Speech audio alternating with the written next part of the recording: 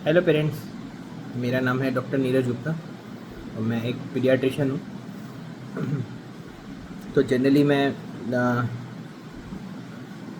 कुछ common disease के बारे में डिस्कस करता हूँ। लास्ट हम डिस्कस कर रहे थे कॉमन एबनॉर्मल चीज़ें जो न्यूबॉर्न में होती है जो हमें डरा सकती हैं। तो आज मैं डिस्कस करना चाहता हूँ एक कॉमन बीमारी के बारे में जो ज़्यादातर अभी ये नवजात शिशु के नहीं, पीडियाट्रिक मतलब 6 महीने से बड़े के बच्चों के बारे में हम डिस्कस करना चाहते हैं। तो मैं आज डिस्कस करूँगा टाइप 1 डायबिटीज़ मेलिटस या डायबिटीज़ मधुमेह या डायबिटीज़ की बीमारी के बारे में। तो डायबिटीज़ की बीमारी जो है वो ज़्यादातर हम सुनते हैं कि बड़े लोगों में होता है, तो बहुत सब छोटे बच्चों में भी डायबिटीज़ की बीमारी हो सकती है। डायबिटीज़ की बीमारी कभी कभी आम तौर पे 3-3.5 साल के बच्चों से लेके 10 से 12 साल तक के बच्चों में पाई जा सकती है। तो बच्चों में जनरली डायबिटीज़ 2 टाइप के होते हैं। एक में टाइप 1 डायबिटीज़ मेलिटस होता है और दूसरा होता है टाइप 2 डायबिटीज़ मेलिटस। तो टाइप 1 डायबिटीज़ मेलिटस जो होता है वो कॉमनली बच्चों में पाया जाता है, या अगर एडोलेसेंट या 12-13 ईयर्स पे है तो maturity onset diabetes of the young person, ये हो सकता है। तो डायबिटीज़ होता क्यों है? तो जनरली हमारे शरीर में पैनक्रियाज नाम की एक ग्रंथि रहती है जो इंसुलिन करके एक हार्मोन सिक्रीट करती है। तो कुछ कंडीशन या कुछ तकलीफ़ की वजह से अगर इंसुलिन का सिक्रीशन कम हो जाता है तो बॉडी में शुगर लेवल बढ़ जाता है।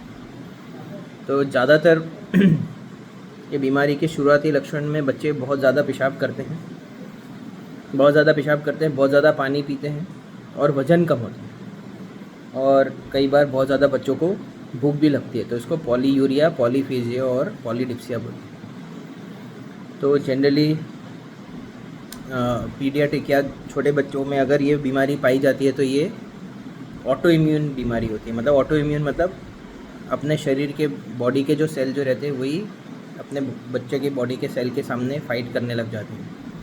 तो उसकी वजह से बच्चे का शुगर लेवल एकदम से बढ़ जाता है, और कई बार शुगर लेवल अनमॉनिटर्ड जाता है, या बच्चे के कई पेरेंट्स हम सोचते हैं कि पानी ज़्यादा पी रहा है इसकी वजह से पेशाब ज़्यादा हो रहा है।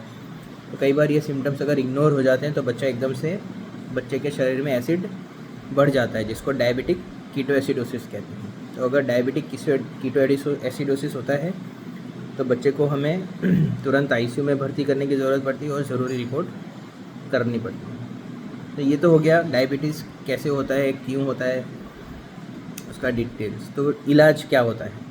तो जैसे हमारे शरीर में हम दिन भर भूखे रहते हैं, तो जो पैनक्रियाज नाम की ग्रंथि है वो बॉडी में एक इंसुलिन का एक लेवल बना के रखती है। तो जब हम खाना खाते हैं तब खाना जो रहता है वो पेट के अंदर से फिर छोटी आंतड़ी में जाता है, और पैनक्रियाज जो रहते हैं उसके अंदर से इंसुलिन हार्मोन सिक्रीट होता है। तो वैसे ही फिजियोलॉजी या तो नॉर्मल बच्चे को हम मेंटेन करने के लिए इंसुलिन हम एडवाइस करते हैं या इंसुलिन देने की ज़रूरत पड़ती है। तो इंसुलिन जो रहता है वो सबक्यूटेनियस इंजेक्शन, मतलब कि चमड़ी में इंजेक्शन देना पड़ता है। जैसे बड़े लोगों को डायबिटीज़ में अगर इंसुलिन का इंजेक्शन देना पड़ता है, वैसे अगर छोटे बच्चों में डायबिटीज़ पाया गया है या पाया जाता है तो हम साथ साथ में दूसरी ऑटो इम्यून बीमारी है कि नहीं उसका भी हम चेकअप करवाते हैं। इसमें हमें पहले 2 से 3 महीने तक ब्लड शुगर मॉनिटरिंग अच्छे से रखना पड़ता है। हमें एक ब्लड शुगर डायरी बनानी चाहिए, और हर 2 दिन पे अपने डॉक्टर के पास, या तो अगर डॉक्टर अवेलेबल है तो उनको उसका फ़ोटो भेजना चाहिए, या तो अगर पॉसिबल नहीं है तो डॉक्टर की जो भी ईमेल एड्रेस है उस पर ईमेल करके शुगर लेवल्स का अपडेट देना चाहिए।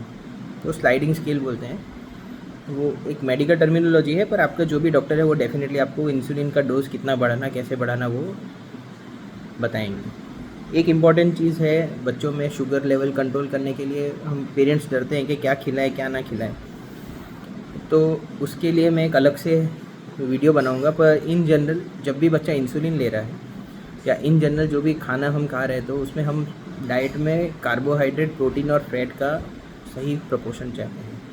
तो कार्बोहाइड्रेट 60 से 70% कार्बोहाइड्रेट्स रख सकते हैं, 20 to 25% को प्रोटीन्स रख सकते हैं और 5 to 10% फैट्स रख सकते हैं। दूसरी चीज़, जब भी बच्चे को इंसुलिन लगाना रहता है तो उसकी साइड्स हम पेशेंट्स को एडवाइस करते हैं, और हमारे अस्पताल में मैं इन जनरल जब भी बच्चे को डिस्चार्ज करता हूँ उसके पहले पेरेंट्स को इंजेक्शन कैसे लगाना है, कैसे रखना है, वो सिखा के भेजते हैं।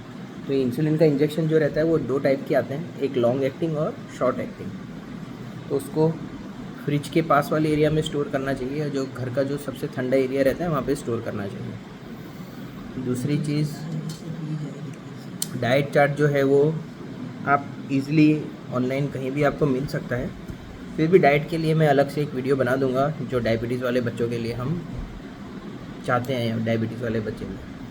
सबसे ज़रूरी मैसेज जो मैं इस वीडियो के ज़रिए आपको ये देना चाहता हूँ कि अगर बच्चे को डायबिटीज़ है और अगर अर्ली डायग्नोसिस हुआ है तो हमें डरना नहीं है, क्योंकि उसमें हम डेफिनेटली रूटीन चेकअप बच्चे को करवाना पड़ेगा। बच्चे का इन्वेस्टिगेशंस हो सकता है करवाना पड़े, पर लेकिन आज की डेट में ट्रीटमेंट सारी अवेलेबल है, तो घबराना नहीं है। ये बीमारी अगर आई है तो इसको भगवान का गिफ्ट मान के सही समय पे सही ढंग से अच्छे से बच्चे का इलाज करना है।